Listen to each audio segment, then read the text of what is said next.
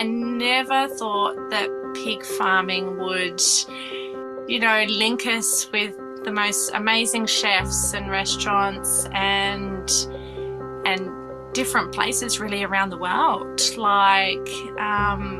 We quite often reflect on, if we weren't doing pig farming and we just stayed with the vegetables, I don't think that we would have had the opportunities that we have had. This is The Crackling. I'm Anthony Huckstep. For those farming the land, it's often about transferring the knowledge from generation to generation. For almost 100 years, Swallow Rock Reach on the banks of the Hawkesbury River has been the home of the Stones family, first as a citrus farm. But for a period of time, the farm sat idle until third-generation farmer Sue Simmons and her husband started growing certified organic vegetables for the wholesale markets in Sydney. When help was needed to remove leftover potatoes from the paddocks, free-range pigs were introduced and it soon blossomed into a full-time free-range pig farm producing some of Australia's best pork. Well, Sue, Melanda Park, has the most incredible history over 100 years of all sorts of farming, but pigs have only come in the last decade or so. Tell us about the history. Yeah, so my great-grandfather actually came out to the Hawkesbury in the late 20s, and him and his two sons started citrus farming. So basically the whole farm was covered in citrus. And yeah, it was really beautiful, and they won many awards. They were very well known for their citrus in the area.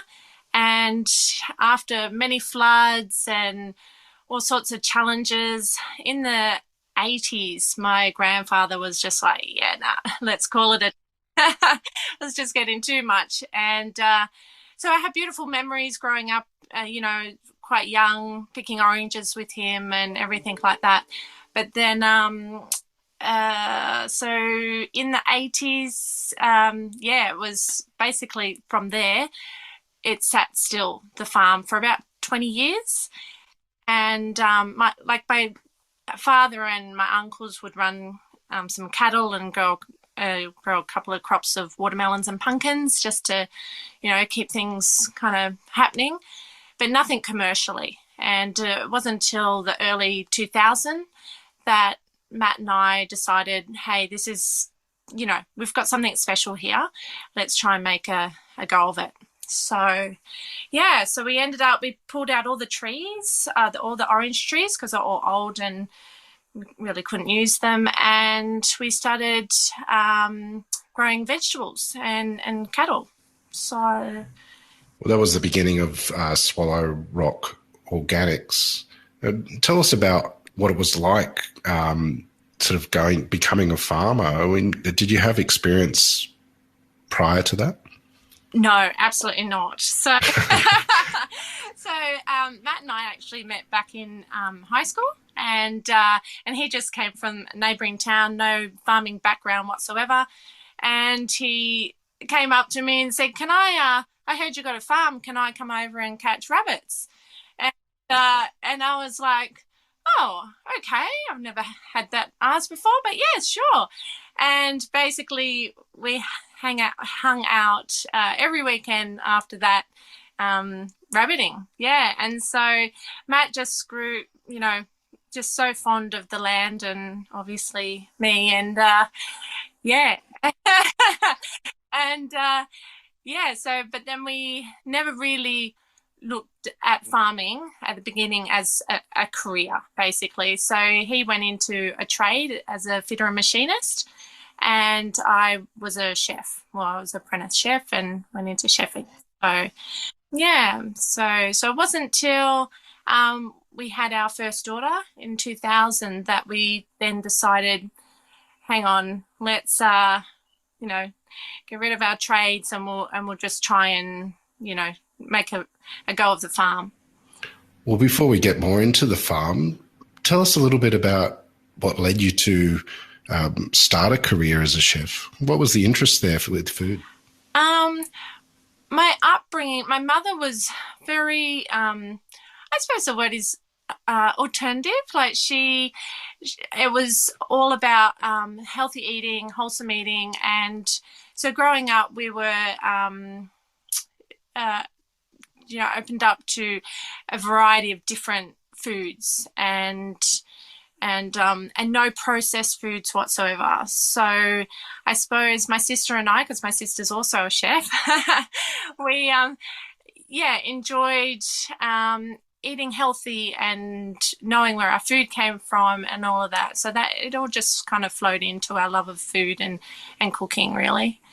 What were some of the challenges early on when you created this organic sort of vegetable farm? The challenges were not many people around here in the Hawkesbury were actually organic, certified organic. So there wasn't a lot of information or support really on how to go about it. So it was like the blind leading the blind. We really had no idea what we were doing. We just knew that what we were already doing was organic. So the certification was just an extra, progression really. So we were growing a lot of potatoes and kale and basil, different herbs and things like that. How did pigs come into the picture? So because we were growing so many potatoes, we couldn't think of another way organically really to get rid of the leftover potatoes in the ground after we harvested. And because you're always going to miss a little potato, like you just can't get them all. And so one day Matt came up with this bright idea, hey, let's get a couple of pigs and we'll run the pigs into the paddocks. And I was there going, oh, I think that's a bad idea. Like, I've heard all sorts of things about pigs, that they're dirty and blah, blah, blah. And he said, no, look, let's give it a go. So we bought 3 pigs from a local high school that they were trying very hard to get rid of. And because they were escaping out of their pen and whatnot. And so we got these 3 pigs and we let them go in the paddock and they just did an amazing job. Like they just turned the soil over. They got rid of not only the old potato or the old potatoes in the ground, but also just the nut grass, like the weeds, the curl grubs, all sorts of things that they got rid of, which was fantastic for us. So we're like, wow, this is awesome. We need to get a couple of more pigs. So we bought another 3 pigs, and so we had 6 pigs then. So we're like, oh, that's great.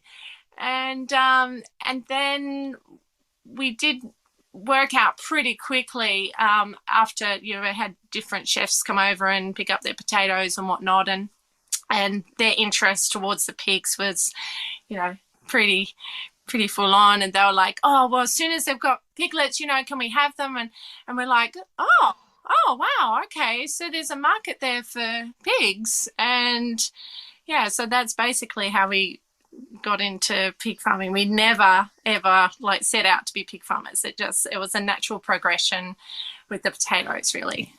What changed to be able to do the scale that you do, shifting away from vegetables and into pig farming? Yeah, so in 2012, Matt was awarded a Nuffield scholarship, an agricultural scholarship. So basically he went overseas for about 3 months. And at that time, we had 4 young children.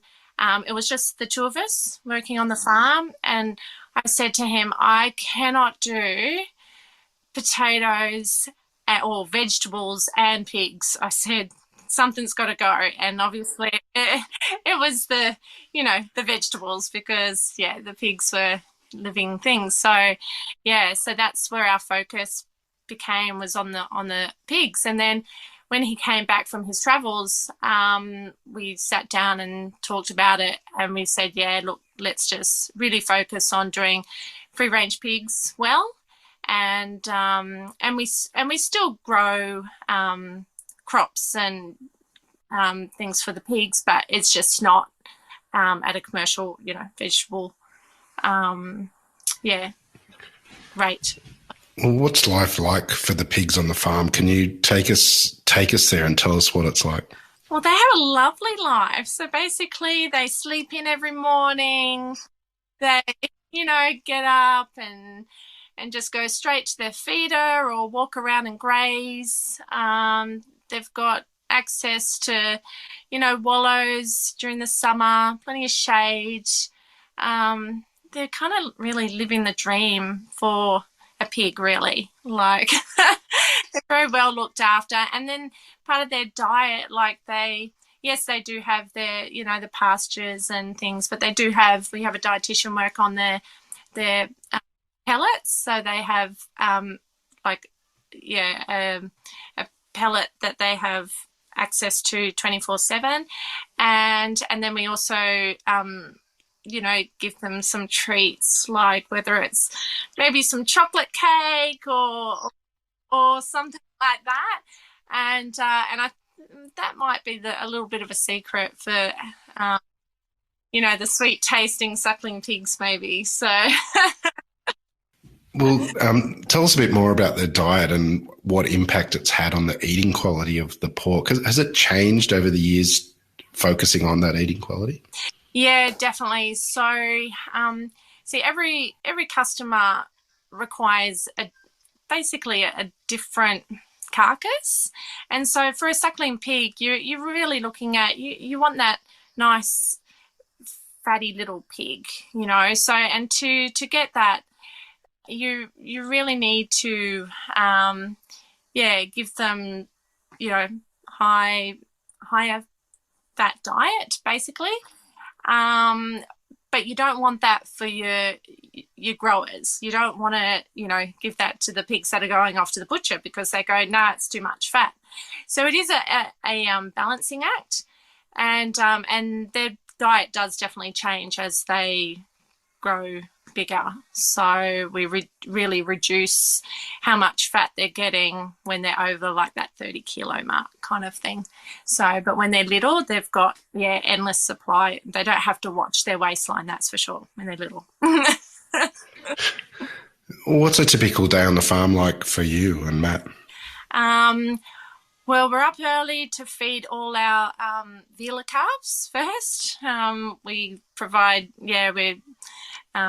them warm milk every morning and every evening. So there's about 60 of those that we feed, and then we work on to the pigs. So the pigs, we go around every morning, check on all their water and their feed, make sure everyone's happy and healthy. Check on the fencing. The fencing's, yes, and a big thing. You just want to make sure that there's no shorts on the fences and things like that. And then we go on to whether it's ploughing or more fencing or weighing pigs, or there's always something to do. You started with a couple of cheeky pigs that kept getting out of where they were before you got them. Have you ever had any experiences on the farm of the pigs playing up and getting out? Oh, they're always naughty. Nearly daily being cheeky. There's never a dull moment for a pig farmer, I don't think. But thankfully, we've never really had any escape, up to the neighbours or anything like that. At our other farm, because we've got another farm where all the sows are up in the Hunter Valley, a couple of times the little piglets have wandered over to the horse stud next door just to say hi to the horses out in the paddock. But apart from that, no, they've been pretty good. They do respect their fences and their boundaries, and as long as there's plenty of food in their paddock, they're pretty happy to stay in there. So, how different is the life of a pig farmer compared to a vegetable farmer? Oh, well, there's never a dull moment. They're always doing something cheeky, whereas a vegetable doesn't have that same trait. You don't get a laugh out of a vegetable, that's for sure. But pigs are just such a fascinating animal. They're so they're they're so always interested in everything that you're doing. Like, you cannot go into a paddock of pigs without them coming over and checking you out and trying to help you either do the plumbing or the fencing or something like that. So it's totally different than vegetable farming. Like, you just, yeah, chalk and cheese. Like, yeah, no. How has pig farming changed your life? Oh, massively. So it's just opened up so many doors.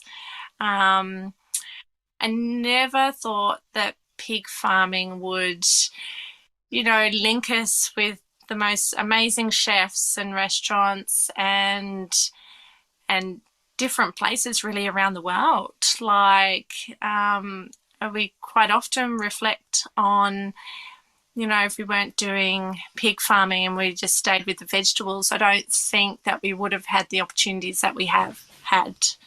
Is there some restaurant experiences you can tell us about that have featured your pork? I mean, how does it feel when you get to experience your pork in a restaurant?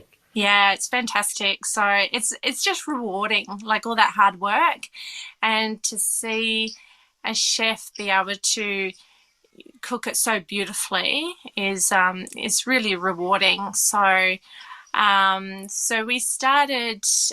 We never really set out to deal direct to the restaurants originally. Like, we were just, we just send it off to the butchers, and the butchers then deal with the chefs, kind of thing. But back in, would have been 2011, we actually had PorkStar bring out Giovanni Pilou and Alessandro Pavoni, and they came out and said, wow, like, this is amazing. We want to, buy direct from you guys. And we're like, oh, well, we're not really, set up to, deliver, blah, blah, blah. We just go through the butchers. And they said, no, next week, make it, we want it happening. And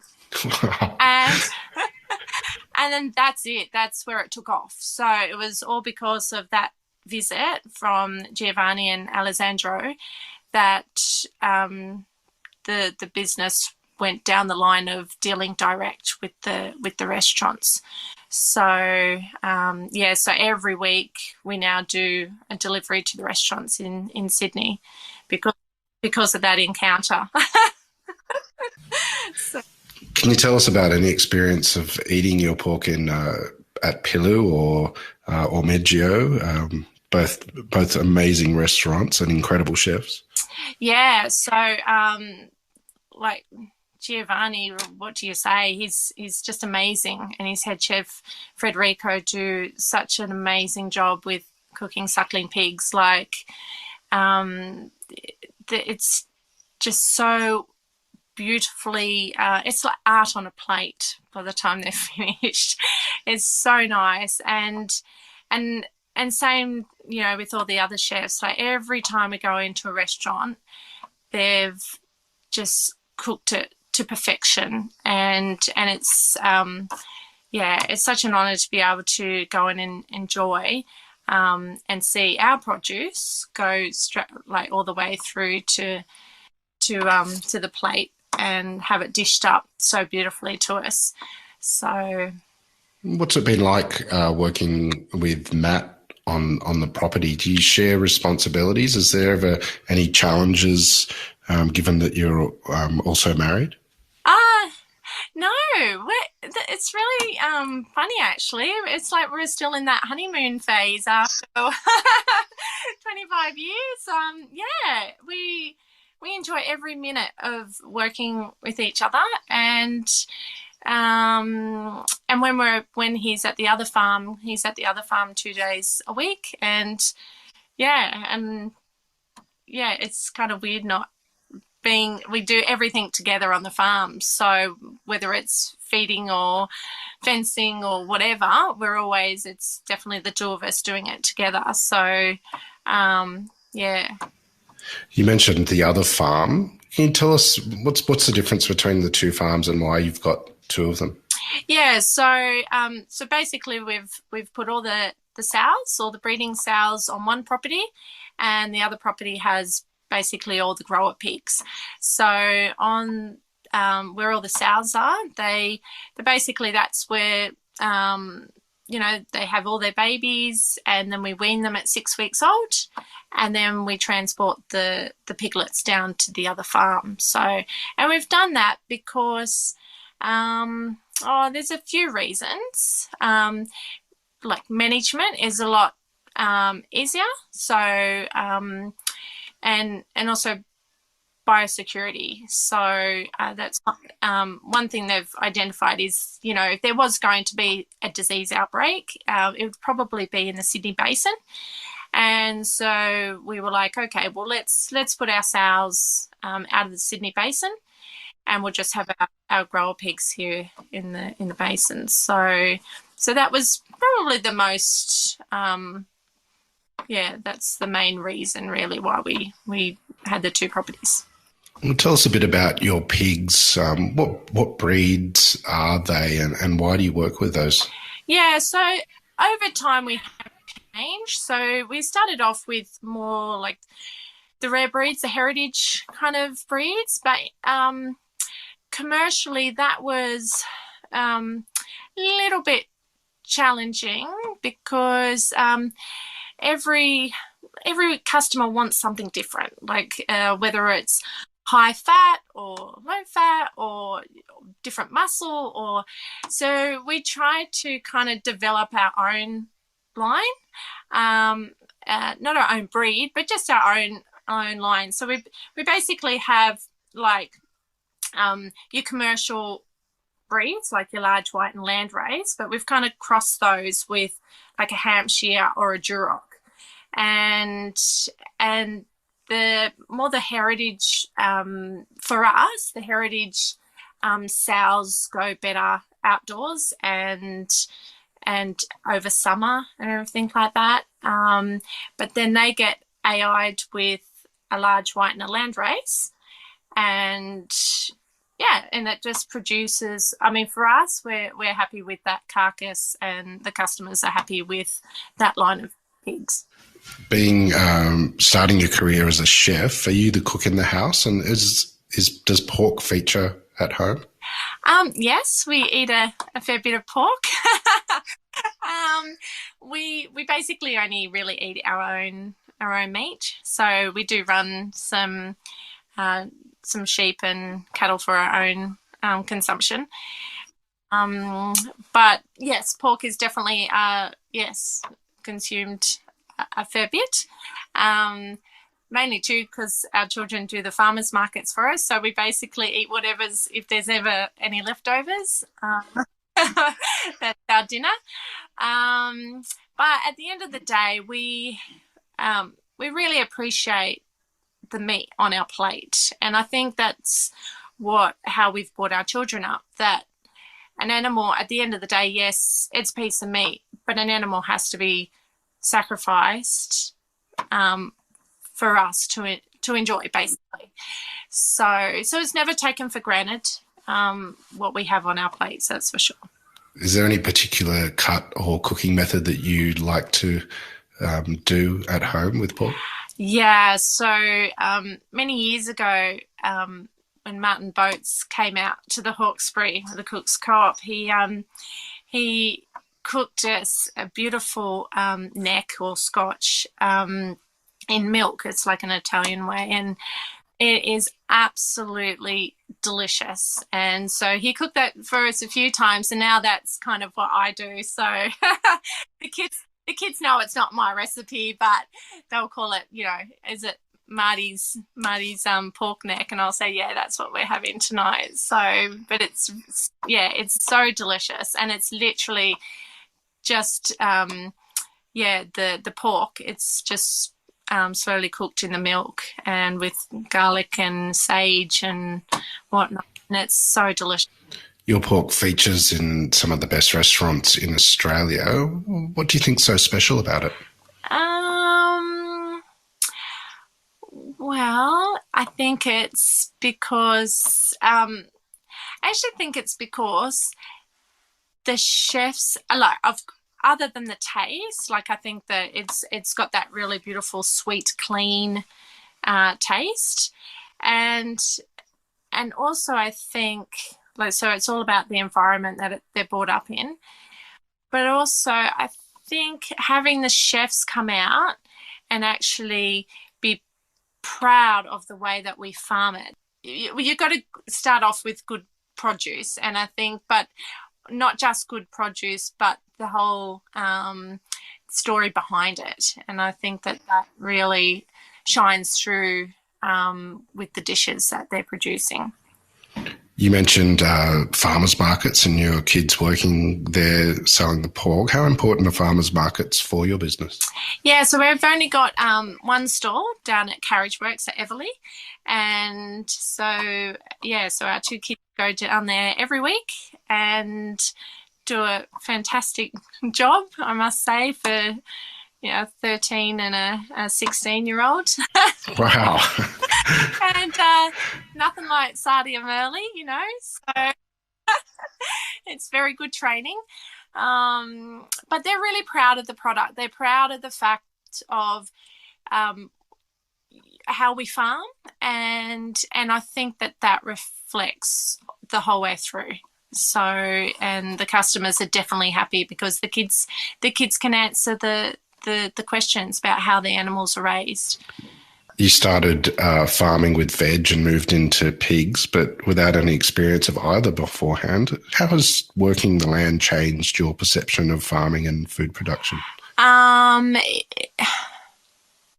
You definitely learn to appreciate everything that comes onto your plate or in through your door on your bench. You don't take anything for granted because you know exactly how hard it is to grow those vegetables or to produce that meat. So you definitely have a greater appreciation for everything that you eat. That's for sure. And what's been the highlight of the journey so far for you? To be quite honest, I think it's just so rewarding actually being able to raise your family on a farm and to see them happy and proud as well of how they're raised and being really thankful and grateful for the life that we've provided for them. And they know that they've only been able to receive that through us actually being able to fund the family farm. They look at what the alternative could have been, and that is, living in suburbia really, and they know that we've made lots of sacrifices, with time and whatnot, and that's really rewarding actually, seeing all the hard work pay off through our children. Well, that's amazing, Sue, and it's amazing to hear your story and the success of Melanda Park. Thanks for joining us on The Crackling. Please keep in touch and we'll chat again soon. Yeah, thanks very much for having me. This is The Crackling, a Deep in the Weeds production in partnership with PorkStar. I'm Anthony Huckstep. Stay tuned as we catch up with some of Australia's best chefs and pork producers to discover what makes Australian pork so special.